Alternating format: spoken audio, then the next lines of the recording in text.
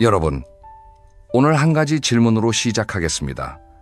지금 여러분 통장에 갑자기 3천만 원을 꺼냈을 수 있으십니까? 갑자기 무릎이 아파서 인공관절 수술을 받아야 한다면, 배우자가 뇌졸중으로 쓰러져서 당장 병원비가 필요하다면 그 돈을 바로 마련할 수 있으신가요? 놀라운 사실 하나를 말씀드리겠습니다. 최근 통계청의 가계금융복지조사 결과를 보면요, 70대 고령 가구 10가구 중 4가구 이상은 저축액이 1,000만 원도 채 되지 않았습니다. 1,000만 원에서 3,000만 원 사이인 가구까지 합치면 무려 10가구 중 6가구 이상이 당장 급한 일이 생겼을 때 쓸 수 있는 현금 3,000만 원이 통장에 없다는 겁니다. 그런데 참 이상한 일이죠. 이분들이 재산이 없는 분들이 아닙니다. 아파트 한 채, 작은 빌라 한 채라도 가지고 계신 분들이 대부분이에요. 재산은 있는데 정작 지갑은 텅 비어 있는 겁니다. 이게 바로 오늘 제가 여러분께 꼭 드리고 싶은 이야기입니다. 오늘 이 영상에서는요, 왜 70대의 현금이 반드시 있어야 하는지, 도대체 얼마나 있어야 마음이 편한 건지, 그리고 지금이라도 현금을 만들 수 있는 현실적인 방법까지 하나하나 차근차근 풀어드리겠습니다. 끝까지 보시면 분명히 나도 이렇게 하면 되겠구나 하는 답을 찾으실 수 있을 겁니다. 자, 그럼 시작하겠습니다. 첫 번째 이야기입니다. 집은 있는데 왜 가난할까? 하우스 리치, 캐시푸어의 함정이라는 주제로 말씀드리겠습니다. 하우스 리치, 캐시푸어. 영어로 들으면 좀 어렵게 느껴지실 수 있는데요. 쉽게 말하면 이겁니다. 집 부자인데 현금 거지. 좀 거친 표현이지만 우리나라 70대 어르신들의 현실을 가장 정확하게 표현하는 말입니다. 여러분, 냉장고를 한번 떠올려 보십시오. 냉장고가 꽉 차 있으면 마음이 든든하잖아요. 그런데 만약 냉장고 안에 있는 게 전부 얼어붙은 덩어리라서 당장 오늘 저녁 밥상에 올릴 수 있는 게 아무것도 없다면 어떨까요? 배는 고픈데 먹을 건 없는 거예요. 지금 우리나라 70대의 많은 분들의 자산 상황이 딱 이렇습니다. 하나금융그룹이 발표한 보고서를 보면요, 우리나라 60세 이상 고령층의 자산 중에서 약 85%가 부동산에 쏠려 있다고 합니다. 85%라니 거의 다 집이랑 땅에 묶여 있는 거예요. 금융자산. 그러니까 통장에 들어있는 돈이나 주식이나 보험 같은 건 고작 15% 남짓에 불과합니다. 이걸 좀 더 쉽게 설명해 드릴게요. 예를 들어 김 할아버지가 전체 재산이 3억 원이라고 해봅시다. 그중에 2억 5,500만 원이 아파트 한 채에 묶여 있고 실제로 통장에 들어있는 돈은 4,500만 원 정도밖에 안 되는 겁니다. 그런데 이 4,500만 원 중에서도 보험이니 적금이니 이것저것 빼면 당장 쓸 수 있는 현금은 정말 얼마 안 됩니다. 이게 미국이나 일본 같은 나라하고 비교하면 정말 차이가 크거든요. 미국 같은 경우는 고령층 자산에서 부동산이 차지하는 비중이 30에서 40% 정도이고요. 일본도 50에서 60% 수준입니다. 우리나라는 80%가 넘으니까 선진국에 비해서 부동산 쏠림이 유독 심한 거예요. 왜 이렇게 됐을까요? 여러 가지 이유가 있지만 가장 큰 건 우리 세대의 경험 때문입니다. 우리나라가 고도 경제 성장을 하던 시절에는 집을 사면 가격이 올랐어요. 내 집 마련이 곧 재테크였고 부동산이 가장 안전한 자산이라는 믿음이 뼛속까지 박혀 있습니다. 다가 자녀들 교육비, 결혼자금 이런 것들을 다 대느라 현금은 계속 빠져나갔지만 집만은 꼭 붙들고 있었던 거죠. 그런데 문제는요, 70대가 되면 상황이 완전히 달라진다는 겁니다. 일을 해서 돈을 벌던 시절이 끝나고 매달 들어오는 수입은 뚝 끊기는데 나가는 돈은 오히려 늘어납니다. 병원비, 약값, 관리비, 생활비 이런 것들이 매달 빠져나가는데 정작 통장에는 돈이 없으니까 불안해지는 거예요. 여러분, 기업에서도 이런 일이 벌어집니다. 재산은 많은데 당장 쓸 현금이 없어서 문을 닫는 회사를 뭐라고 하는지 아시죠? 흑자도산이라고 합니다. 장부상으로는 돈을 벌고 있는데 실제로 직원들 월급 줄 돈이 없어서 망하는 거예요. 우리 가정도 마찬가지입니다. 집이 3억, 5억이어도 매달 필요한 생활비를 마련하지 못하면 그건 사실상 파산과 다를 바 없는 겁니다. 2024년 가계금융복지조사 결과를 보면 은퇴 가구 중에서 생활비가 부족하다고 느끼는 비율이 57%에 달했습니다. 10명 중 6명 가까이가 매달 생활비가 모자라다고 느끼고 있는 거예요. 집은 있는데 돈이 없다. 이 한 문장이 지금 우리나라 70대의 가장 아픈 현실입니다. 그리고 또 하나 중요한 게 있습니다. 70대가 되면 부동산을 팔고 싶어도 쉽게 팔 수가 없어요. 일단 수십 년 살아온 동네를 떠나기가 쉽지 않잖아요. 병원도 가깝고 이웃도 익숙하고 매일 다니던 산책길도 있고 거기다 집을 팔면 양도세, 취득세 같은 세금이 나가고 이사 비용도 만만치 않습니다. 작은 집으로 옮기고 싶어도 70대가 선호하는 엘리베이터 있는 소형 주택은 공급 자체가 부족하다고 합니다. 그러니까 정리하면 이렇습니다. 우리나라 70대 어르신들은 재산은 있는데 그 재산의 대부분이 부동산에 꽁꽁 묶여 있어서 정작 매달 필요한 생활비와 비상금을 마련하기가 너무 어려운 상황이라는 겁니다. 이게 바로 현금이 왜 중요한지를 말해주는 첫 번째 이유입니다. 자, 그러면 두 번째 이야기로 넘어가겠습니다. 70대에 돈이 급하게 필요한 순간들, 어떤 것들이 있을까요? 젊었을 때는 돈이 급하게 필요한 일이 생겨도 어떻게든 벌어서 메꿀 수 있었습니다. 야근을 더 하든 아르바이트를 하든 대출을 받던 방법이 있었어요. 그런데 70대가 되면 그런 선택지가 대부분 사라집니다. 소득은 끊겼고 은행에서 대출을 해주려고 하지도 않아요. 바로 이 점이 70대의 현금을 갖고 있어야 하는 핵심적인 이유입니다. 첫째, 의료비 폭탄입니다. 이건 정말 아무리 강조해도 모자랍니다. 70대에 가장 무서운 게 뭐냐고 물으면 많은 분들이 병이라고 대답하시는데요. 사실 병 자체보다 더 무서운 건 병원비입니다. 연구에 따르면 한국인의 인당 생애 의료비는 남성이 약 1억 8천만 원, 여성이 약 2억 2천만 원 수준으로 추산됩니다. 그런데 이 의료비의 절반 이상이 65세 이후에 집중적으로 발생한다고 합니다. 특히 뇌혈관 질환 같은 경우는 전체 의료비의 80% 이상이 65세 이후에 나온다는 연구 결과도 있습니다. 구체적으로 어떤 상황이 벌어지는지 한번 상상해 보십시오. 어느 날 아침에 배우자가 갑자기 쓰러집니다.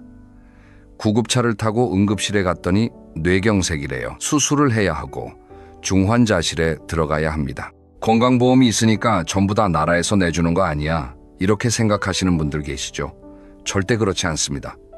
건강보험에서 보장해주는 부분이 있지만 비급여 항목이라는 게 있어요. 특수치료제, 상급 병실 차액, 간병인 비용 같은 것들은 환자가 직접 내야 합니다. 한 달 입원비가 300만 원에서 500만 원이 나올 수도 있고 요양병원으로 옮기면 자기 부담금이 월 80만 원에서 300만 원까지 나갈 수 있습니다. 이게 한 달이면 괜찮을 수도 있어요. 그런데 70대 이후의 질병은 한 달 만에 끝나는 게 아닙니다. 석 달, 6개월, 1년 이상 계속될 수 있어요. 그러면 1,000만 원, 2,000만 원은 순식간에 사라집니다. 이때 통장에 비상금이 없으면 어떻게 되겠습니까? 집을 급하게 팔아야 하는 상황이 오는 겁니다. 금매로 내놓으면 제값을 못 받죠. 아니면 자녀들에게 손을 벌려야 합니다. 그 마음이 어떻겠습니까? 둘째, 간병비입니다. 우리나라 평균 수명은 약 82세 정도인데요. 건강하게 활동할 수 있는 건강 수명은 70세 안팎이라고 합니다. 이 말은 뭐냐면 평균적으로 약 10년에서 12년 정도는 어딘가 아프면서 다른 사람의 도움을 받아가며 살아야 한다는 뜻입니다. 거동이 불편해져서 요양원에 가게 되면 자기 부담금이 월 50만 원에서 80만 원, 요양병원은 월 80만 원에서 300만 원까지 나간다고 합니다. 집에서 간병인을 고용하면 일당이 10만 원에서 15만 원이에요. 한 달이면 300만 원에서 450만 원입니다. 이런 비용이 몇 년씩 계속된다고 생각해 보십시오. 현금 준비가 되어 있지 않으면 정말 막막해지는 겁니다. 셋째, 관혼상제 비용입니다. 70대가 되면 주변에 안 좋은 소식이 많아집니다. 친구분이 돌아가시기도 하고 형제 중에 갑자기 세상을 떠나시는 분도 있어요. 부의금도 내야 하고 혹시 배우자가 먼저 가시게 되면 장례 비용도 본인이 감당해야 합니다. 장례 비용은 평균적으로 1,000만 원에서 2천만 원 정도 든다고 합니다. 그리고 손자, 손녀 돌잔치, 결혼식 같은 경사에도 빈손으로 갈 수는 없잖아요. 이런 경조사비가 70대에는 생각보다 큰 부담이 됩니다. 넷째, 주거 관련 비용입니다. 오래된 집에 살고 계시면 보일러가 고장 나기도 하고 수도관이 터지기도 하고 지붕에서 물이 새기도 합니다. 이런 수리비가 한 번에 500만 원, 1000만 원씩 나갈 수 있어요. 특히 겨울에 보일러가 고장 나면 당장 그날 밤부터 난방이 안 되니까 급하게 고쳐야 하는데 이때 현금이 없으면 정말 난감해집니다. 다섯째, 금융사기입니다. 이건 좀 다른 차원의 문제인데요. 요즘 70대를 노리는 보이스피싱이나 투자 사기가 정말 많습니다. 물론 사기를 당하지 않는 게 최선이지만 만약 사기를 당해서 큰 돈을 잃었을 때 최소한의 생활 자금은 따로 남겨두어야 합니다. 전 재산을 한 곳에 넣어두지 말고 비상 자금만큼은 절대 건드리지 않는 별도의 통장에 보관해야 한다는 뜻이에요. 이 5가지 상황 중에서 단 하나도 겪지 않을 자신이 있으시다면 그분은 정말 축복받은 분입니다. 하지만 현실적으로 70대를 보내면서 이 중 한두 가지는 반드시 겪게 됩니다. 그때 현금이 있느냐 없느냐가 여러분의 노후 삶의 질을 완전히 바꿔놓는 겁니다. 자, 여기까지 들으시면 이런 생각이 드실 수 있습니다. 나는 국민연금을 받고 있으니까 괜찮지 않을까? 그래서 세 번째 이야기를 준비했습니다. 연금만으로는 왜 부족한가? 이 부분은 정말 중요하니까 집중해서 들어주십시오. 국민연금, 참 고마운 제도입니다. 매달 꼬박꼬박 통장에 들어오니까 든든하게 느껴지시죠? 그런데 여러분, 지금 받고 계신 국민연금이 매달 얼마인지 정확히 계산해 보신 적 있으세요? 2025년 기준으로 국민연금 평균 수령액은 대략 60만 원에서 70만 원 사이입니다. 자, 그러면 한 달 생활비는 얼마나 들까요? 국민연금연구원에서 조사한 바에 따르면 70대 부부 기준 적정 생활비는 약 230만 원에서 240만 원 정도이고 혼자 사시는 분은 약 145만 원 정도라고 합니다. 계산이 바로 나오시죠? 국민연금으로 매달 70만 원을 받는데 혼자 사셔도 최소 145만 원이 필요하니까 75만 원이 모자랍니다. 부부라면 더 심각합니다. 이 130만 원이 필요한데 부부 합산 연금이 120만 원이면 110만 원이 부족한 거예요. 이 부족분을 어디서 메꿀 수 있을까요? 회직연금이나 개인연금이 있는 분은 다행이지만 우리나라 70대 중에서 3층 연금, 그러니까 국민연금, 퇴직연금, 개인연금 세 가지를 다 갖추고 계신 분은 그리 많지 않습니다. 특히 지금 70대이신 분들은 국민연금 제도가 완전히 자리 잡기 전에 사회생활을 시작하신 세대예요. 가입 기간이 짧은 분이 많고 퇴직금을 중간 정산해서 주택 구입이나 자녀 교육비로 쓰신 분도 많습니다. 그래서 연금만으로는 생활비를 감당하기 어려운 분들이 대다수라는 겁니다. 여기에 물가 상승이라는 보이지 않는 적도 있습니다. 여러분, 10년 전에 짜장면이 얼마였는지 기억하세요? 지금은 많이 올랐잖아요. 물가는 계속 오르는데 연금 인상률은 그 속도를 따라가지 못합니다. 지금 70만 원이 5년 후, 10년 후에는 실질적으로 50만 원, 40만 원의 가치밖에 안 될 수 있다는 얘기입니다. 한 가지 더 중요한 이야기를 드리겠습니다. 연금의 가장 큰 약점이 뭔지 아십니까? 매달 정해진 금액만 나온다는 겁니다. 매달 꼬박꼬박 들어오는 건 좋은데 갑자기 1,000만 원, 2,000만 원이 필요한 상황에서는 아무 소용이 없어요. 앞에서 말씀드렸던 것처럼 배우자가 갑자기 쓰러져서 수술비로 2,000만 원이 필요하다고 해봅시다. 연금이 매달 100만 원씩 나오더라도 2,000만 원을 모으려면 20개월이 걸립니다. 이래서 연금과 현금은 역할이 다른 겁니다. 연금은 매달 흘러들어오는 냇물이에요. 목마를 때 한 모금씩 마실 수 있는 물이죠. 하지만 현금은 갑자기 불이 났을 때 쏟아부을 수 있는 물탱크입니다. 평소에는 가만히 있지만 위기 상황에서 나를 구해주는 거예요. 냇물도 필요하고 물탱크도 필요합니다. 둘 다 있어야 안전한 거예요. 선진국에서는 이 점을 잘 알고 있어서요. 은퇴 설계를 할 때 연금만 준비하는 게 아니라 반드시 비상현금도 따로 마련하도록 교육하고 있습니다. 미국, 일본, 독일 같은 나라의 노인분들에게 매달 주요 수입원이 뭐냐고 물어보면 연금이라고 답한다고 해요. 하지만 그와 별도로 비상자금은 꼭 갖고 있습니다. 자, 그러면 이제 가장 중요한 질문에 답을 할 차례입니다. 도대체 현금을 얼마나 갖고 있어야 할까요? 네 번째 이야기입니다. 그러면 현금은 얼마나 있어야 할까? 이 질문에 대한 답은 사실 사람마다 다릅니다. 서울에 사시는 분과 시골에 사시는 분은 생활비가 다르고 건강 상태도 다르고 가족 상황도 다르니까요. 그래서 일률적으로 얼마라고 말씀드리기는 어렵지만 기본적인 계산법은 있습니다. 전문가들이 공통적으로 이야기하는 첫 번째 기준은 최소 6개월에서 1년치 생활비를 현금으로 보유하라는 겁니다. 예를 들어 한 달 생활비가 200만 원이라면 200만 원 곱하기 12개월에서 2,400만 원 정도는 언제든 꺼내 쓸 수 있는 형태로 갖고 있어야 한다는 거예요. 그런데 여기서 끝이 아닙니다. 70대에는 앞서 말씀드린 것처럼 의료비 같은 큰 지출이 갑자기 발생할 수 있잖아요. 그래서 생활비와는 별도로 비상의료자금을 추가로 마련해야 합니다. 이 금액은 최소 2천만 원에서 3천만 원 정도로 잡는 것이 안전합니다. 정리하면 매달 생활비 200만 원 기준으로 1년치 생활비 2,400만 원의 비상의료자금 3천만 원을 더하면 약 5,400만 원입니다. 물론 넉넉하게 잡으면 7천만 원에서 1억 원까지도 권장하는 전문가가 있습니다.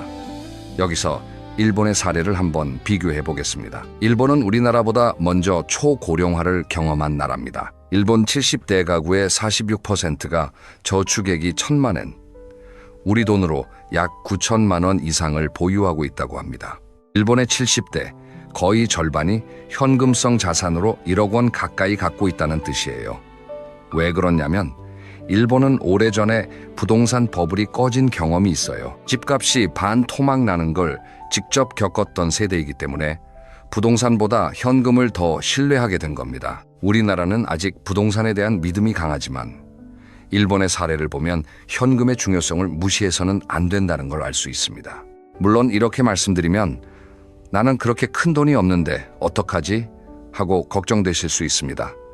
그래서 현실적인 기준을 하나 더 드리겠습니다. 전문가들은 전체 자산에서 금융자산, 그러니까 현금화할 수 있는 자산의 비율을 최소 30%에서 50%까지 높이라고 조언합니다. 지금 전체 자산이 3억 원이라면 그중 9천만 원에서 1억 5천만 원 정도는 부동산이 아닌 통장이나 예금이나 채권 같은 형태로 갖고 있어야 한다는 거예요. 이건 한꺼번에 만들어야 하는 게 아닙니다. 지금부터 조금씩 할 수 있는 만큼 현금 비중을 높여가면 됩니다. 중요한 건 방향을 아는 거예요. 지금 내 자산이 부동산에 너무 몰려있다는 걸 인식하고 조금씩이라도 현금 쪽으로 옮겨가는 노력을 시작하는 것이 핵심입니다. 그리고 한 가지 더 말씀드릴 게 있는데요. 현금이라고 해서 꼭 은행 보통 예금에만 넣어두라는 뜻은 아닙니다. 언제든 꺼내 쓸 수 있는 유동성을 유지하면서도 약간의 이자를 받을 수 있는 방법도 있어요. 이건 다섯 번째 이야기에서 좀 더 자세히 다루겠습니다. 여기서 잠깐 한 가지 질문을 드리겠습니다. 혹시 지금 이 영상을 보시면서 우리 집은 부동산밖에 없는데 그럼 어떻게 현금을 만들지? 하고 고민되시는 분 계시죠? 바로 그 이야기를 지금부터 하겠습니다. 다섯 번째 이야기입니다.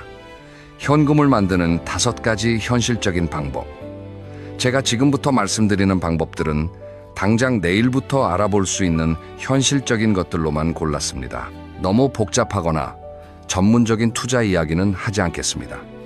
우리 70대 어르신들이 직접 실행할 수 있는 것 위주로 설명드리겠습니다. 첫째, 주택연금입니다.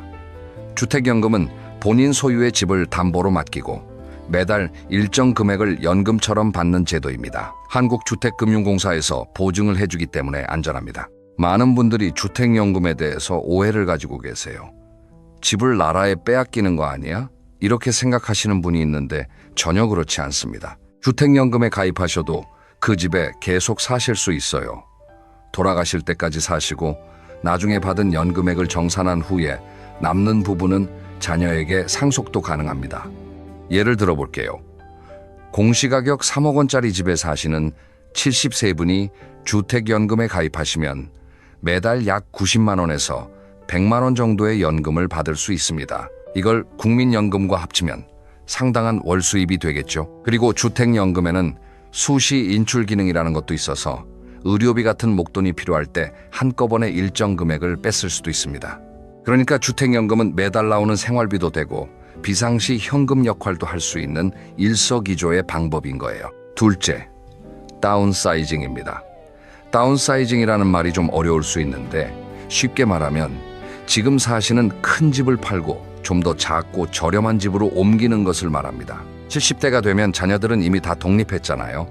통계를 보면 65세 이상 가구 중에서 1인 또는 2인 가구 비중이 80%가 넘습니다.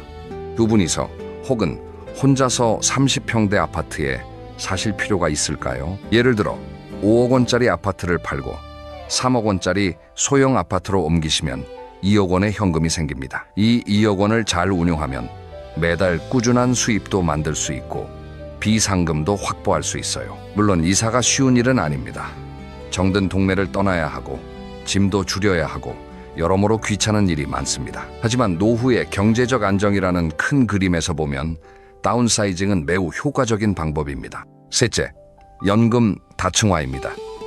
이건 국민연금 외에 추가적인 연금 수입을 만드는 방법을 말합니다. 3층 연금이 기본이고 4층, 5층까지 쌓을 수 있습니다. 4층 연금은 바로 방금 말씀드린 주택연금이나 농지연금이 해당됩니다. 5층 연금은 개인적으로 추가 가입하는 연금보험이나 타깃 인컴 펀드, 약자로 TIF라고 부르는 상품이 있어요. 이건 매달 일정한 수익을 배당 형태로 돌려주는 금융 상품인데 70대 이후에 안정적인 현금 흐름을 만드는 데 도움이 됩니다. 또 하나, 최근에는 종신보험의 사망보험금을 살아있을 때 연금으로 전환할 수 있는 제도도 나왔습니다. 혹시 예전에 가입해놓은 종신보험이 있으시다면 이걸 연금으로 바꿀 수 있는지 보험사에 한번 문의해 보시는 것도 좋겠습니다. 넷째, 금융자산 재배치입니다. 이건 어려운 투자를 하라는 뜻이 아닙니다. 지금 가지고 계신 금융자산의 구조를 좀 정리하자는 거예요. 예를 들어 오래전에 가입해서 이자가 거의 안 붙는 적금이나 수익률이 너무 낮은 보험이 있다면 이걸 정리해서 좀 더 유리한 상품으로 옮기는 겁니다. 70대에 맞는 금융 원칙이 있습니다. 100에서 자기 나이를 빼라는 법칙인데요. 70세이시면 100에서 70을 빼서 30, 즉 전체 금융자산의 30% 정도만 주식이나 펀드 같은 공격적 상품에 나머지 70%는 예금이나 채권 같은 안전한 상품에 넣으라는 뜻입니다. 중요한 건 절대 대박을 노리지 마시라는 것. 70대의 투자 목표는 대박이 아니라 잃지 않는 것입니다. 연 3%에서 4% 정도의 안정적인 수익이면 충분합니다. 다섯째, 근로소득 활용입니다. 70대에 무슨 일을 하느냐고 생각하실 수 있지만 사실 요즘은 70대에도 일하시는 분들이 많습니다. 통계에 따르면 70대 취업률이 30%를 넘었다고 해요. 10명 중 3명은 어떤 형태로든 일을 하고 계시다는 겁니다. 꼭 힘든 육체 노동을 하라는 게 아닙니다. 경비 일을 하시는 분도 있고 아파트 관리를 하시는 분도 있고 본인의 전문 분야에서 상담이나 교육을 하시는 분도 있어요. 정부에서도 노인 일자리 사업을 통해 다양한 일자리를 제공하고 있습니다. 일을 하면 두 가지 좋은 점이 있습니다. 첫째는 당연히 추가 수입이 생깁니다. 한 달에 50만 원에서 100만 원이라도 벌면 그만큼 비상금을 모으는 속도가 빨라지고 저축 자산이 줄어드는 속도도 늦출 수 있어요. 둘째는 사회적 활동을 유지할 수 있다는 겁니다. 70대에 아무 역할 없이 집에만 계시면 몸도 마음도 빠르게 쇠약해집니다. 적절한 활동은 건강 유지에도 큰 도움이 됩니다. 이 5가지 방법을 한꺼번에 다 하실 필요는 없습니다. 본인 상황에 맞는 한두 가지부터 시작하시면 됩니다. 주택연금이 맞는 분이 있고 다운사이징이 더 현실적인 분이 있고 근로소득이 가능한 분이 있을 겁니다. 중요한 건 어떤 방법이든 시작하는 거예요. 가만히 있으면 아무것도 달라지지 않습니다. 자, 이제 거의 마지막으로 가고 있습니다. 현금을 만드는 것도 중요하지만 그 현금을 지키는 것도 그만큼 중요합니다. 6번째 이야기입니다.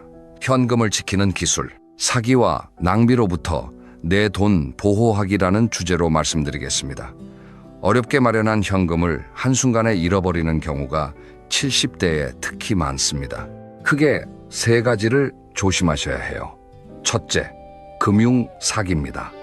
요즘 보이스피싱이 정말 교묘해졌습니다. 검찰이나 금융감독권을 사칭하면서 어르신 계좌가 범죄에 이용되고 있습니다. 안전한 계좌로 돈을 옮기세요 라고 하는 전화 혹시 받아보신 적 없으세요? 절대 속으시면 안 됩니다. 어떤 공공기관도 전화로 돈을 옮기라고 하는 일은 없습니다. 그리고 원금 보장에 월 5% 수익, 이런 투자를 권유하는 지인이나 업자가 있다면 100% 사기입니다. 세상에 원금이 보장되면서 월 5% 수익을 주는 투자는 존재하지 않습니다. 특히 오래된 친구가 좋다고 소개해주는 투자가 더 위험합니다. 그 친구도 모르고 속고 있는 경우가 대부분이에요. 현금을 보호하는 가장 좋은 방법은 분산입니다.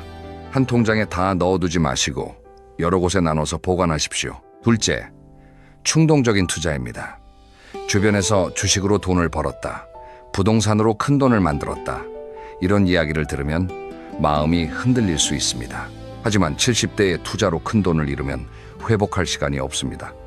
30대, 40대는 잃어도 다시 벌 수 있지만 70대는 그럴 수가 없어요. 특히 요즘 유행하는 가상화폐나 해외 선물 같은 고위험 투자는 절대 하지 마십시오. 이런 건 전문가들도 손해를 보는 시장입니다. 노후 자금은 수익보다 안전이 우선이에요. 셋째, 자녀에 대한 과도한 지원입니다. 이건 좀 말씀드리기 조심스러운 부분인데요. 우리나라 부모님들은 자녀에게 참 많이 해주시잖아요. 결혼 자금, 주택 구입 자금, 손주 교육비까지. 그런데 본인의 노후 자금을 깎아서 자녀에게 주시는 건 정말 위험합니다. 비행기를 타면 안전방송에서 이런 말 하잖아요. 산소 마스크가 떨어지면 본인 것부터 먼저 착용하세요. 내가 먼저 안전해야 다른 사람도 도울 수 있는 겁니다. 노후 자금도 마찬가지입니다. 부모님이 경제적으로 무너지면 결국 그 부담은 자녀에게 돌아갑니다. 지금 조금 덜 도와주더라도 부모님 스스로가 건강하게 경제적으로 자립해서 사시는 게 자녀들에게도 가장 큰 도움이 됩니다. 50대에서는 노후를 위해 자녀가 필요하다고 생각하는 비율이 48% 정도로 절반이 안 됩니다. 반대로 말하면 절반 이상이 은퇴 후 스스로 살겠다는 의지를 갖고 있다는 거예요. 그리고 20대, 30대 자녀 세대에서도 부모를 경제적으로 지원하겠다는 비율은 30% 정도밖에 되지 않습니다. 자녀에게 기대하기보다 스스로 준비하는 게 현실적입니다. 이제 마무리할 시간입니다. 오늘 이야기한 내용을 간단하게 정리해드리겠습니다. 첫째, 우리나라 70대 대부분은 자산의 80% 이상이 부동산에 묶여 있어서 정작 급할 때 쓸 현금이 부족합니다. 이것이 하우스 리치, 캐시 푸어 현상이고 바로 여러분이 현금을 반드시 확보해야 하는 이유입니다. 둘째, 70대에는 의료비, 간병비, 경조사비, 주거 수리비, 금융 사기 피해 등 갑작스러운 큰 지출이 발생할 확률이 매우 높습니다. 이런 상황에서 현금이 없으면 삶 전체가 흔들릴 수 있습니다. 셋째, 국민연금은 소중한 수입원이지만 매달 정해진 금액만 나오기 때문에 목돈이 필요한 위기 상황에는 대응이 어렵습니다. 연금은 냇물이고 현금은 물탱크입니다.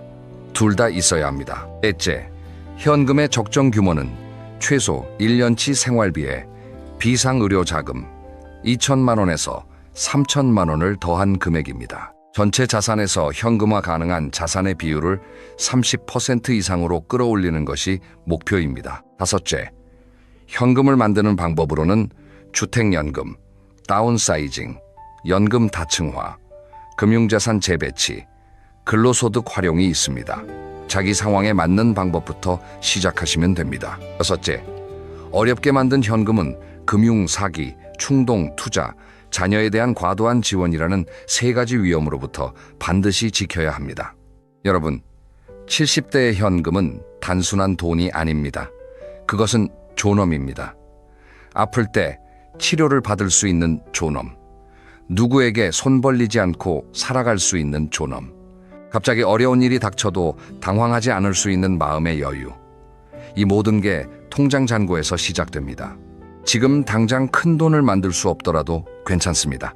오늘 이 영상을 보신 것 자체가 이미 첫 번째 걸음입니다. 내일 아침에 은행에 가셔서 비상금 통장 하나를 따로 만드십시오. 한 달에 10만 원이라도 좋습니다. 거기서부터 시작하시면 됩니다. 오늘 긴 이야기 끝까지 들어주셔서 정말 감사합니다. 다음 영상에서는 70대가 절대 해서는 안 되는 투자 5가지에 대해서 이야기해 드리겠습니다. 주변에 이런 투자를 권유받고 계신 분이 있다면 다음 영상도 꼭 챙겨보시기 바랍니다. 그럼 다음에 또 만나요. 건강하십시오. 여러분, 한 가지 장면을 떠올려 보시겠습니까? 동창회 자리입니다. 오랜만에 만난 친구들이 둥글게 앉아 있습니다. 그런데 한쪽에서 한 사람이 목소리를 높입니다. 자기가 최근에 얼마짜리 차를 바꿨다는 이야기를 시작하더니 아들이 어디에 취직했다는 말까지 줄줄이 이어갑니다. 처음엔 다들 고개를 끄덕이다가 슬슬 눈빛이 달라집니다. 미소는 남아있는데 마음은 이미 떠난 거죠.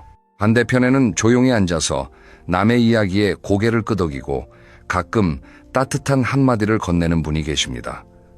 화려한 옷차림도 아닙니다. 그런데 묘하게 그 자리에서 가장 빛나는 사람은 바로 그분입니다. 모두가 그분 곁에서 편안함을 느끼거든요. 이 두 사람의 차이는 무엇일까요? 통장 잔고일까요? 학벌일까요? 아닙니다. 바로 한 끗 차이의 행동입니다. 나이가 들면 들수록 사람의 값어치를 결정하는 건 가진 것이 아니라 내려놓은 것에서 드러납니다. 오늘 이 이야기를 끝까지 들으시면 여러분은 한 가지 놀라운 사실을 발견하시게 됩니다. 우리가 무심코 하고 있던 행동들 중에 스스로의 품격을 갉아먹는 습관이 숨어 있다는 것을요. 그리고 그 습관을 알아차리는 것만으로도 여러분의 노후는 완전히 달라질 수 있습니다. 자, 지금부터 함께 시작해 보겠습니다. 먼저 한 가지 질문을 드리겠습니다. 품격이란 대체 무엇일까요?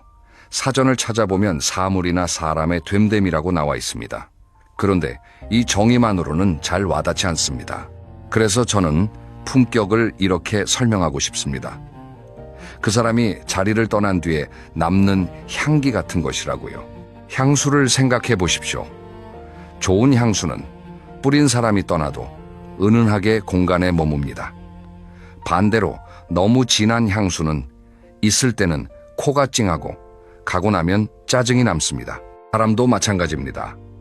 누군가를 만나고 나서 기분이 좋아지는 사람이 있고 만나고 나면 왠지 피곤한 사람이 있습니다. 이 차이를 만드는 게 바로 품격입니다. 그런데 많은 분들이 품격을 외적인 것으로 오해하십니다. 명품 가방을 들어야 품격이 있다. 좋은 차를 타야 귀티가 난다. 고급 레스토랑에서 식사해야 격이 있다. 정말 그럴까요? 잠시 주변을 돌아보십시오. 명품으로 온몸을 감싸고 있는데도 말투가 거칠어서 같이 있기 불편한 사람이 분명히 있습니다. 반대로 소박한 차림인데도 말 한마디, 눈빛 하나에서 사려 기품이 묻어나는 분도 계십니다. 일본의 한 유명한 기업가가 이런 말을 남겼습니다. 인류는 자신이 인류인 줄 모르고 삼류는 자신이 인류라고 믿는다. 이 말이 품격의 본질을 꿰뚫는다고 저는 생각합니다.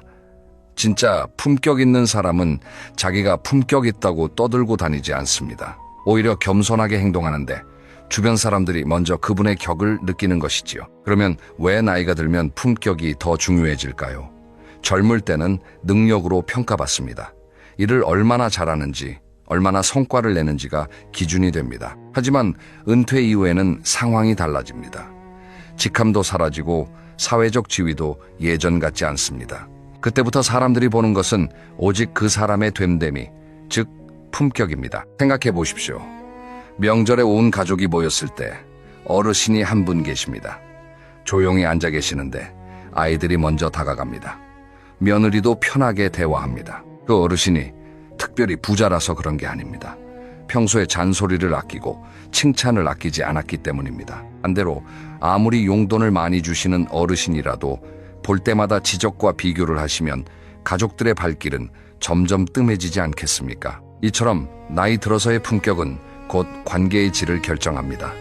그리고 관계의 질은 노후의 행복을 결정합니다. 아무리 통장에 돈이 가득해도 외롭다면 그건 풍요로운 노후가 아닙니다. 아무리 건강해도 옆에 진심으로 함께할 사람이 없다면 그 건강이 무슨 의미가 있겠습니까? 이제 본격적으로 들어가겠습니다. 나이 들어 절대 하지 말아야 할 품격을 갉아먹는 행동들이 있습니다. 이것을 저는 3가지 함정이라고 부르겠습니다. 함정이라고 표현한 이유가 있습니다. 이 행동들은 하는 본인은 잘 모릅니다. 마치 늪에 빠지듯이 조금씩 발을 들여놓다가 어느 순간 깊이 빠져있는 자신을 발견하게 되기 때문입니다. 첫 번째 함정부터 이야기하겠습니다. 바로 과시와 자랑이라는 달콤한 독입니다. 사람은 누구나 인정받고 싶은 욕구가 있습니다. 이건 아주 자연스러운 감정입니다. 어린아이가 그림을 그리고 나서 엄마에게 달려가서 보여주는 것과 같은 본능이지요. 문제는 이 욕구가 나이가 들면서 왜곡될 때 생깁니다. 젊었을 때는 인정받을 기회가 많습니다. 직장에서 승진하고 프로젝트를 성공시키고 동료들에게 칭찬을 받습니다. 그런데 은퇴 후에는 이런 기회가 확 줄어듭니다. 그러다 보니 과거의 영광에 매달리게 됩니다. 나 옛날에 이랬다. 내가 젊었을 때는 저랬다. 이런 이야기가 시작되는 겁니다. 여기서 한 가지 재미있는 실험을 소개해드리겠습니다. 미국의 한 심리학 연구팀이 이런 실험을 했습니다. 사람들을 두 그룹으로 나누었습니다. 한 그룹에는 자기 자랑을 마음껏 하라고 했고, 다른 그룹에는 상대방에 대한 관심을 표현하라고 했습니다. 그리고 나서 대화 상대에게 물었습니다. 누구와 다시 대화하고 싶은지를요. 결과는 압도적이었습니다. 자기 자랑을 한 사람보다 자기 이야기에 귀 기울여준 사람을 다시 만나고 싶다는 응답이 훨씬 많았습니다. 이게 무엇을 의미합니까? 자랑을 하는 사람은 기분이 좋을지 몰라도 듣는 사람은 피곤하다는 뜻입니다. 특히 나이 든 분이 자랑을 반복하면 주변 사람들은 어떻게 반응합니까? 대놓고 싫다고 하지는 못합니다. 대신 슬금슬금 자리를 피합니다. 연락을 덜 합니다. 모임에 그분이 온다고 하면 갑자기 일이 생겼다고 합니다. 본인은 모릅니다. 왜 사람들이 멀어지는지를요. 자랑에는 크게 세 가지 종류가 있습니다. 첫째는 돈 자랑입니다. 이건 가장 노골적인 형태입니다. 내가 어디에 얼마를 투자해서 얼마를 벌었다. 우리 집이 얼마짜리다. 이번에 얼마짜리 여행을 다녀왔다. 이런 이야기를 듣고 부러워하는 사람은 거의 없습니다. 오히려 속으로 이렇게 생각합니다. 저분은 왜 저렇게 돈 이야기만 할까? 다른 대화 주제는 없나? 둘째는 자식 자랑입니다. 이것은 우리나라 특히 많은 유형입니다. 우리 아들이 어디에 다닌다. 우리 딸이 무슨 시험에 붙었다. 손주가 몇 살인데 벌써 영어를 한다. 부모 마음은 이해합니다. 자식이 잘 되면 당연히 기쁘지요.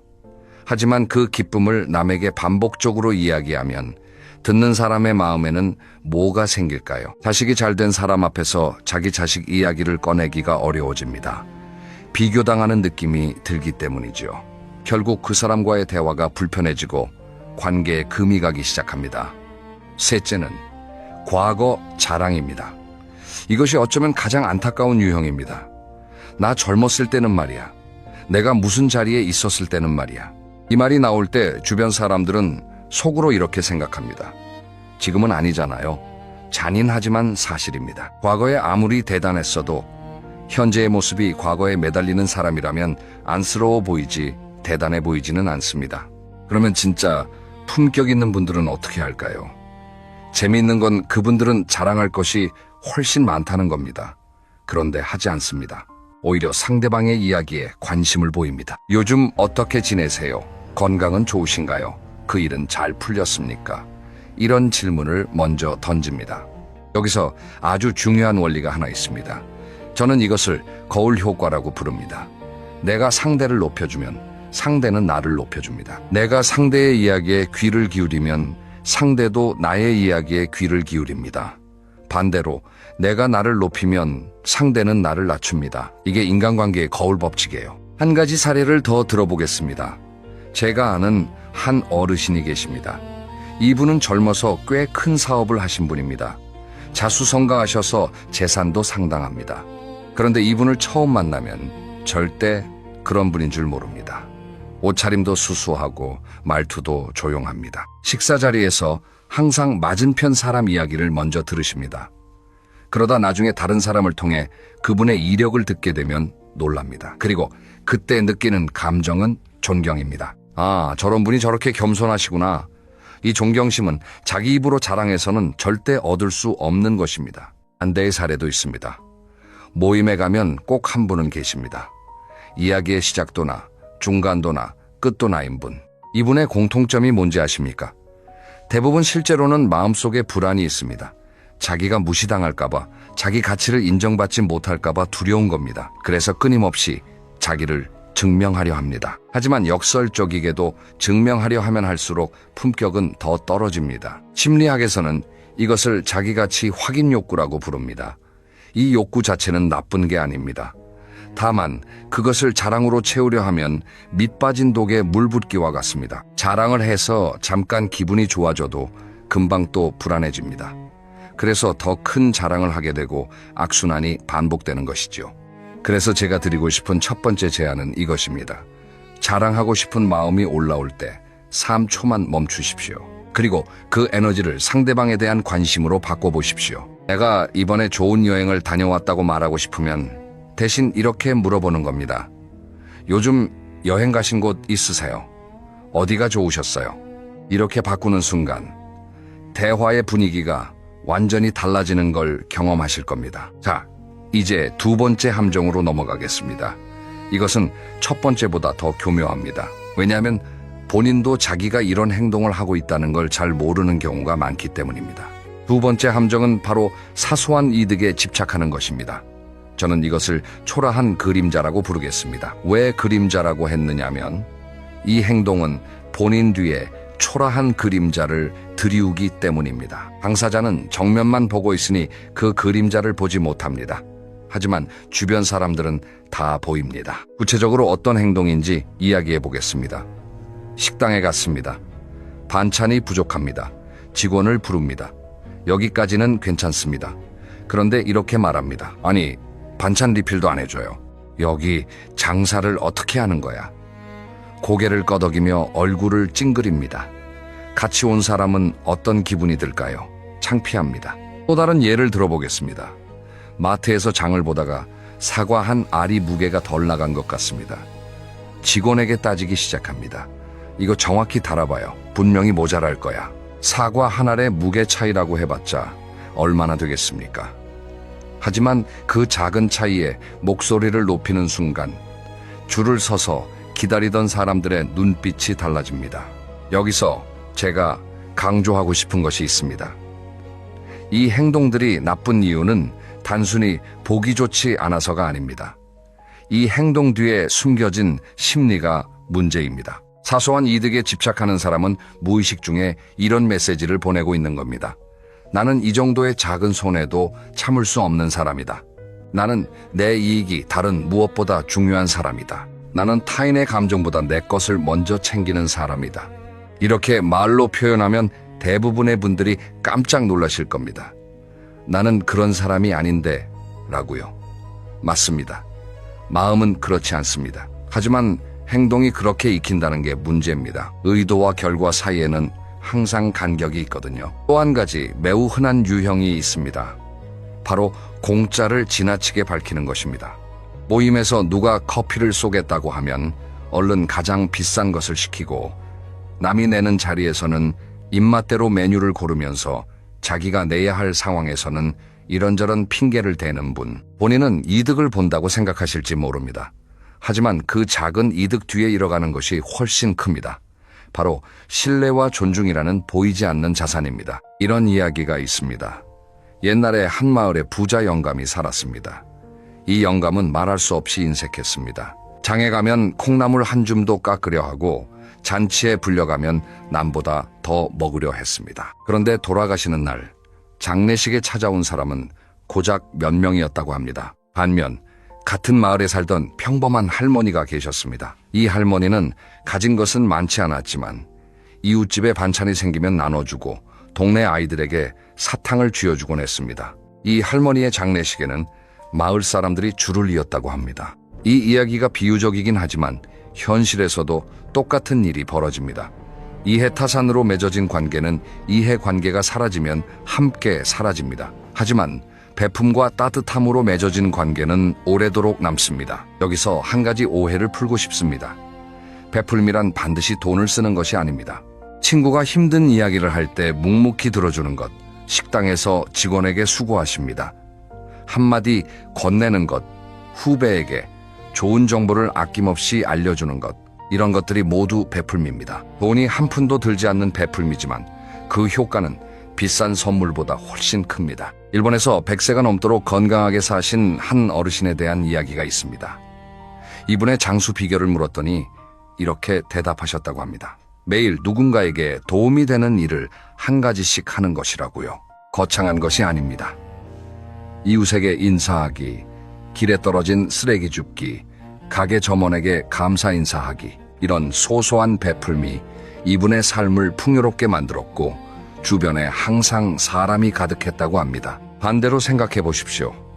사소한 이득에 집착하는 삶은 얼마나 피곤합니까? 항상 손해보지 않으려 계산기를 두드리고 남이 더 가져간 건 아닌지 눈치를 보고 내가 조금이라도 덜 받았으면 기분이 나빠지고, 이런 삶을 살면 마음에 여유가 없습니다. 여유가 없으니 표정이 굳습니다. 표정이 굳으니 주변에 사람이 모이지 않습니다. 그래서 두 번째 제안을 드립니다. 사소한 손해를 즐기십시오. 이상하게 들리시죠? 하지만 생각해보면 이치에 맞습니다. 커피 한 잔을 제가 사겠습니다 하고 먼저 꺼내보십시오. 택시비를 나누다가 이번에는 제가 내겠습니다 하고 선뜻 지갑을 여십시오. 이런 작은 손해가 돌아올 때는 신뢰와 호감이라는 이자가 붙어서 돌아옵니다. 세상에서 가장 이율이 높은 투자가 바로 베풀미라는 사실을 기억해 주십시오. 자, 여기까지 두 가지 함정을 이야기했습니다. 첫째는 과시와 자랑, 둘째는 사소한 이득에 대한 집착이었습니다. 그런데 이 두 가지보다 더 무서운 함정이 남아 있습니다. 왜 더 무서운지 아십니까? 이것은 한 번 저지르면 되돌리기가 거의 불가능하기 때문입니다. 상대방의 마음에 회복하기 어려운 상처를 남기기 때문입니다. 세 번째 함정은 바로 정돈되지 않은 말입니다. 저는 이것을 말이 남기는 상처라고 표현하겠습니다. 여러분, 한 가지 상상을 해보시겠습니까? 여기에 하얀 도화지가 있습니다. 깨끗합니다. 이 도화지의 못을 하나 빻습니다. 그리고 뽑습니다. 못은 빠졌습니다. 하지만 구멍은 남아 있습니다. 아무리 다림질을 해도 풀을 발라도 그 구멍은 완전히 사라지지 않습니다. 말이 바로 그렇습니다. 한번 내뱉은 거친 말은 상대의 마음에 구멍을 남깁니다. 나중에 아무리 사과해도 좋은 말을 해도 그 구멍은 흔적으로 남습니다. 특히 나이 든 분들의 거친 말이 무서운 이유가 있습니다. 인생 경험이 많은 분의 말은 무게가 있습니다. 좋은 말을 하면 큰 위로가 되지만 반대로 상처 주는 말을 하면 그 타격도 그만큼 큽니다. 윗사람이 야, 너는 왜 그것밖에 못하니? 라고 한마디 던지면 그게 가슴에 오래 박힙니다. 정돈되지 않은 말에는 여러 유형이 있습니다. 하나씩 살펴보겠습니다. 첫째, 험담입니다. 누군가의 뒤이야기를 하는 것이지요. 그 사람이 없는 자리에서 그 사람의 흉을 봅니다. 아, 그 사람 있잖아. 사실은 이러이러하대. 내가 들은 바로는 저러저러하다더라. 이런 이야기를 할 때 본인은 일종의 쾌감을 느낍니다. 왜냐하면 듣는 사람은 이렇게 생각하기 때문입니다. 이 사람이 나한테 남 이야기를 이렇게 하면 다른 데서는 내 이야기도 이렇게 하겠구나. 그 순간 신뢰가 무너집니다. 험담은 결국 자기 신용을 갉아먹는 행동입니다. 미국의 유명한 대통령이었던 분이 이런 말을 남겼습니다. 위대한 사람은 아이디어에 대해 이야기하고 보통 사람은 사건에 대해 이야기하고 작은 사람은 다른 사람에 대해 이야기한다고요. 이 말이 모든 걸 요약합니다. 대화의 주제가 어디에 머무느냐에 따라 그 사람의 격이 드러나는 것이지요. 둘째, 거친 말투입니다. 반말을 함부로 하거나 명령조로 이야기하거나 큰 소리로 위압감을 주는 것이 여기에 해당합니다. 나이가 들면 사회적으로 윗사람이 되는 경우가 많습니다. 그러다 보니 자기도 모르게 말이 짧아지고 거칠어지는 경향이 있습니다. 이런 말투가 왜 문제일까요? 상대의 자존심을 건드리기 때문입니다. 특히 서비스업에 종사하는 분들에게 반말이나 명령조를 사용하면 그것은 나는 당신보다 위에 있다는 메시지를 보내는 것과 같습니다. 함께 있는 사람은 민망합니다. 그리고 속으로 생각합니다. 이분이 저 직원에게 저러면 언젠가 나한테도 저럴 수 있겠구나. 셋째, 지적과 충고의 남용입니다. 이것은 특히 부모와 자식 사이 또는 선배와 후배 사이에서 많이 나타납니다. 누가 물어보지도 않았는데 충고를 합니다. 너는 이렇게 해야 해. 내 경험상 그건 안 돼. 그건 잘못된 거야. 이런 말들이지요. 이 행동이 까다로운 이유는 하는 사람의 의도가 좋기 때문입니다. 진심으로 상대를 위해서 하는 말인 경우가 많습니다. 하지만 의도가 좋다고 해서 결과도 좋은 건 아닙니다. 요청하지 않은 충고는 대부분 상대방에게 잔소리로 들립니다. 여기서 한 가지 중요한 구분을 해야 합니다. 충고와 경청의 차이입니다. 자식이 고민을 이야기할 때 그래서 어떻게 하면 좋겠어요? 라고 물으면 그때 의견을 말씀하시면 됩니다. 그런데 자식이 그냥 힘든 이야기를 하고 있을 뿐인데 바로 해결책을 제시하면 어떻게 될까요? 자식은 이렇게 느낍니다. 부모님은 내 마음에는 관심이 없고 해결만 하려고 하시는구나. 마음이 다칩니다. 품격 있는 어르신들의 공통점을 관찰해보면 재미있는 발견이 있습니다. 이분들은 충고를 거의 하지 않습니다. 대신 질문을 합니다. 그래서 네 생각은 어떤데? 네가 보기엔 어떤 게 좋을 것 같아? 이렇게 물으면 상대방은 스스로 답을 찾아갑니다. 그리고 그 답을 찾는 과정에서 어르신의 지혜를 자연스럽게 느끼게 됩니다. 가르치지 않으면서 가르치는 것, 이것이야말로 최고의 격입니다. 넷째, 목소리 톤과 표정 관리입니다. 이건 많은 분들이 간과하시는 부분입니다. 같은 말이라도 어떤 톤으로, 어떤 표정으로 하느냐에 따라 전혀 다른 말이 됩니다. 예를 들어보겠습니다. 괜찮아요 라는 말이 있습니다. 부드러운 톤으로 미소를 지으며 말하면 진심 어린 위로가 됩니다. 하지만 퉁명스러운 톤으로 무표정하게 말하면 관심 없다는 뜻으로 들립니다. 나이가 들면 표정 근육이 자연스럽게 처집니다. 그래서 아무 생각 없이 있어도 인상을 쓰고 있는 것처럼 보이는 경우가 있습니다. 이것 자체는 어쩔 수 없는 노화 현상이지만 의식적으로 표정을 관리하는 것은 가능합니다. 일부러 눈꼬리를 올리며 미소를 짓는 연습, 말할 때 상대방의 눈을 따뜻하게 바라보는 연습, 이런 작은 노력이 상대방이 느끼는 편안함을 크게 바꿉니다. 그래서 세 번째 제안을 드리겠습니다. 오늘 하루 내가 하는 말을 녹음해 보십시오. 스마트폰으로 아주 간단하게 할 수 있습니다. 그리고 저녁에 들어보시면 깜짝 놀라실 겁니다. 내가 이렇게 말했었나? 하는 부분이 반드시 있을 겁니다. 옛말에 이런 격언이 있습니다. 나이 들수록 입은 닫고 지갑은 열라. 이 말을 현대적으로 해석하면 이렇습니다. 쓸데없는 말, 상처 주는 말, 지시하는 말은 줄이고 대신 격려, 감사, 칭찬에는 인색하지 말라는 뜻입니다. 자, 여기까지 세 가지 함정을 모두 살펴보았습니다. 정리하면 이렇습니다.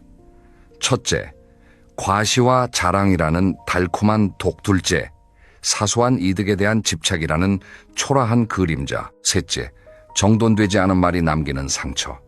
이 세 가지를 피하는 것만으로도 여러분의 품격은 눈에 띄게 달라질 겁니다. 그런데 여기서 한 가지 더 깊이 들어가 보고 싶습니다. 함정을 피하는 것에서 그치지 말고 진짜 품격이 어디서 오는지를 이야기해 보겠습니다.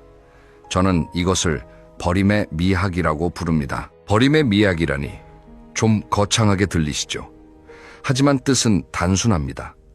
나이가 들면 쌓는 것이 아니라 덜어내는 것이 아름답다는 뜻입니다. 옷장을 생각해 보십시오. 옷이 가득 차 있으면 정리가 안 됩니다.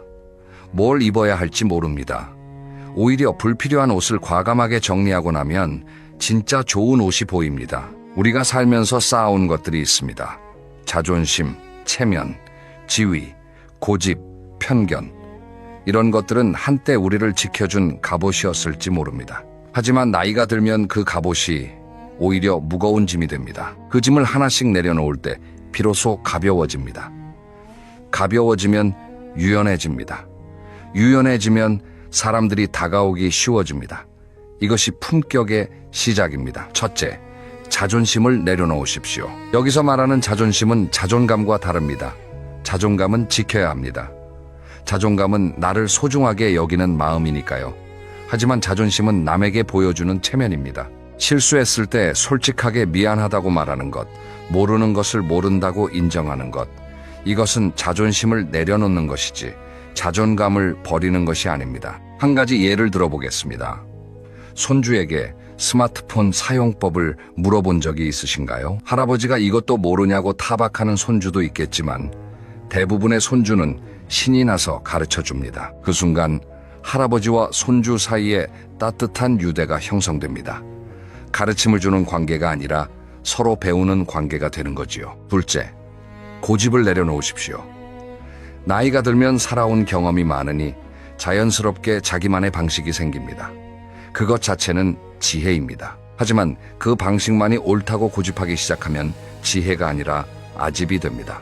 세상이 바뀌었는데 내 방식만이 정답이라고 우기는 것은 내비게이션이 있는 시대에 30년 전 지도를 들고 길을 찾겠다는 것과 같습니다. 물론 경험에서 나온 원칙은 소중합니다. 하지만 원칙과 고집의 차이를 아셔야 합니다. 원칙은 핵심을 지키되 방법은 유연하게 바꾸는 것이고 고집은 방법까지 바꾸지 않으려는 것입니다. 이 둘을 구분하시면 관계가 훨씬 편안해집니다. 셋째, 비교를 내려놓으십시오. 이것이 가장 어렵습니다. 우리는 평생 비교 속에서 살아왔습니다. 학교 다닐 때는 성적 비교, 직장에서는 실적 비교, 결혼 후에는 아이들 비교. 이것이 습관이 되어서 은퇴 후에도 비교를 멈추지 못합니다. 김 씨네 아들은 의사인데 우리 아들은 뭐하나? 이 씨네는 해외여행 다녀왔다던데 우리는 왜 못 가나? 비교를 내려놓으면 신기한 일이 생깁니다. 내 삶이 보이기 시작합니다. 남의 삶에 가려져 있던 내 삶의 좋은 점들이 비로소 눈에 들어옵니다. 아, 나도 참 괜찮게 살아왔구나 하는 감사의 마음이 올라옵니다.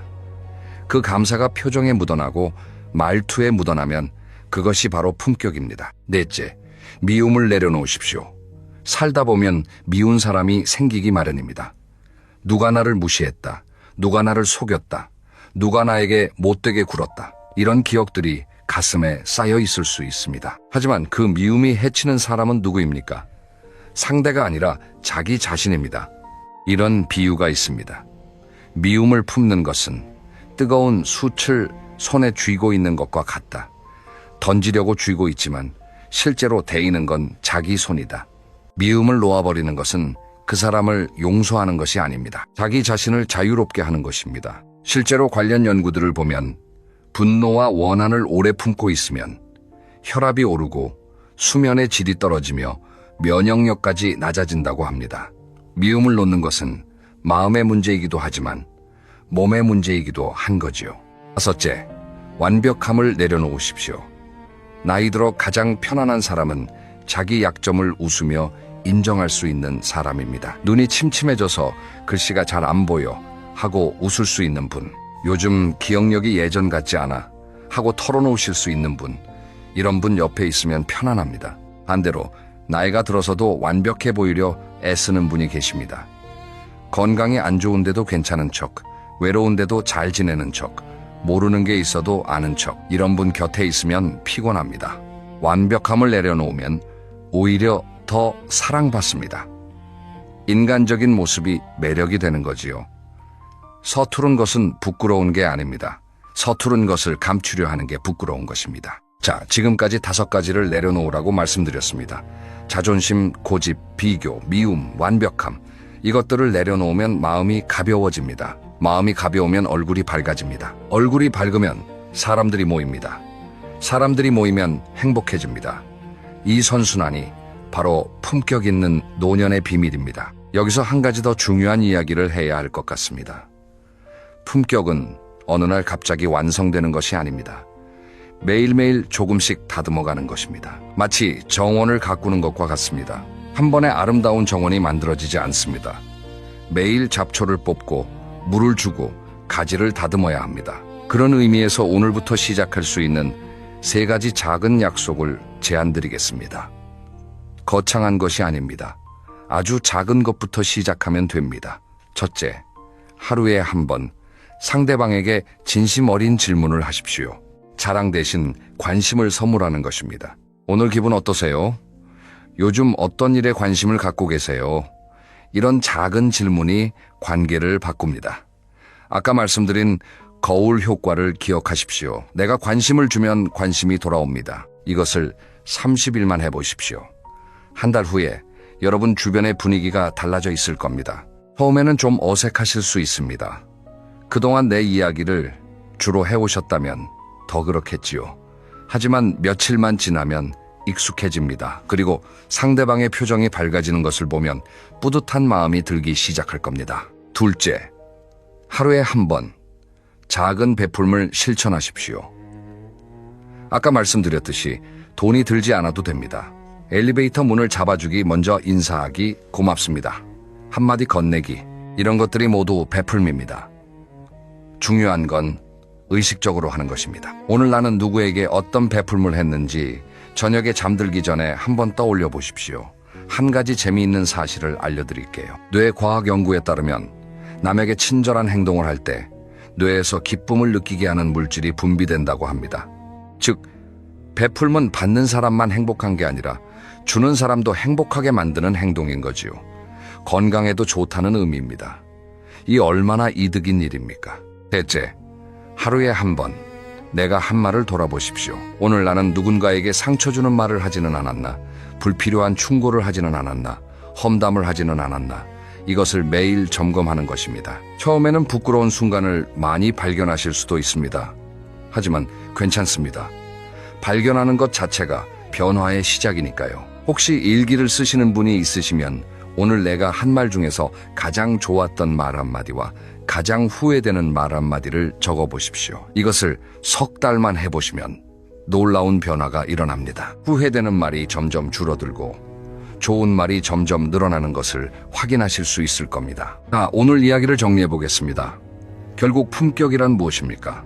내가 가진 것이 아니라 내가 내려놓은 것에서 나옵니다. 과실을 내려놓으면 경청의 아름다움이 보입니다. 집착을 내려놓으면 베풀음의 기쁨이 찾아옵니다. 거친 말을 내려놓으면 따뜻한 관계가 열립니다. 자존심을 내려놓으면 진짜 자존감이 빛납니다.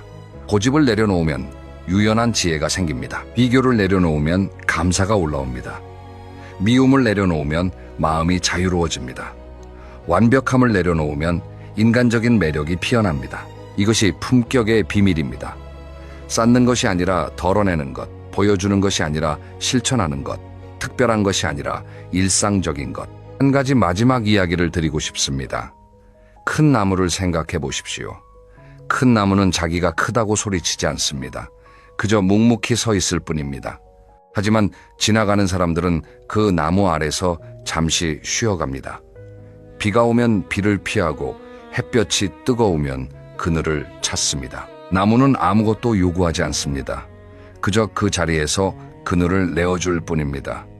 품격 있는 사람이 바로 이와 같다고 저는 생각합니다. 자기를 내세우지 않지만 곁에 있으면 편안하고 떠나면 그리운 사람.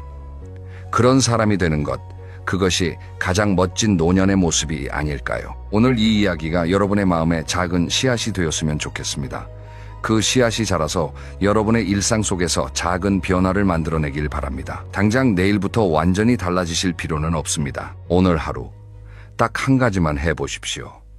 자랑 대신 질문을, 지적 대신 칭찬을, 거친 말 대신 따뜻한 한마디를요. 여러분이 생각하는 가장 멋진 노인의 모습은 어떤 것인지 궁금합니다. 그리고 혹시 오늘 이야기가 도움이 되셨다면 주변의 소중한 분에게도 함께 나눠주시면 감사하겠습니다. 다음 시간에는 나이 들수록 더 빛나는 사람들이 매일 실천하는 아침 습관에 대해 이야기해 보겠습니다. 그러면 오늘도 품격 있는 하루 보내시길 바랍니다. 감사합니다.